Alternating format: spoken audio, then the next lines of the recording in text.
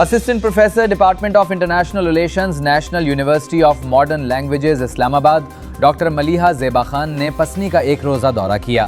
اس موقع پر public welfare development organisation Balochistan کے مرکزی صدر و SSPP کے صوبائی آرگنائزر پرویز سفر اور معروف کاروباری شخصیت و فش مالکان سوسائٹی کے صدر مراد جان عثمان نے ان کا پرتپاک استقبال کیا۔ دورے کے دوران ڈاکٹر ملیحہ زیبا خان نے پسنی فش ہاربر اتھارٹی کے دفتر کا دورہ کیا، جہاں شاہد سبزل اور مشتاق قاضی نے فش ہاربر کی ابتر صورتحال اور درپیش مسائل پر بریفنگ دی۔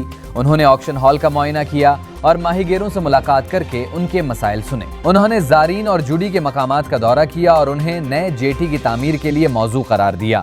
اس موقع پر انہوں نے کہا کہ پسنی فش فارمنگ کے لیے نہایت موزوں علاقہ ہے، جہاں اس شعبے کے فروغ سے مقامی لوگوں کے لیے روزگار کے بہتر مواقع پیدا کیے جا سکتے ہیں۔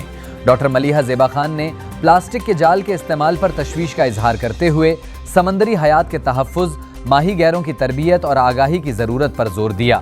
انہوں نے فش ہاربر اتھارٹی سے مطالبہ کیا کہ یومیہ مچھلی کی پیداوار اور سالانہ برآمدات کے درست اعداد و شمار مرتب کیے جائیں تاکہ بہتر منصوبہ بندی ممکن ہو۔